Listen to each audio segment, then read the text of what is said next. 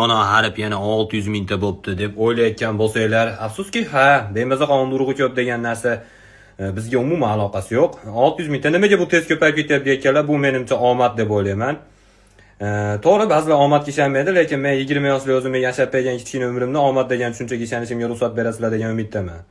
Hech kimga ziyoni tegmaydi bu narsani. Nimaga? Chunki muvaffaqiyatga faqat harakat orqali erishasan degan strukturani o'zi yo'q. Sen mashq harakatlar qilsang 100% muvaffaqiyatli bo'lasan degan. Ba'zida omad ham kerak bo'ladi. To'g'ri joyda to'g'ri insonlarning oldiga tushishni o'zi ham bir omad deb o'ylayman. Shuning uchun bu omadim kelib qolgani uchun omad kelishda albatta kerakli insonlar bor. Otam har doim qo'llab-quvvatlagan, ayam har doim duo qilgan, o'zim harakat qilganman. Ukam bor, Xudoga shukr yuribdi. Singlim ham chiroyligina bo'lib yuribdi. Shuning uchun omad degan narsaga ishoninglar.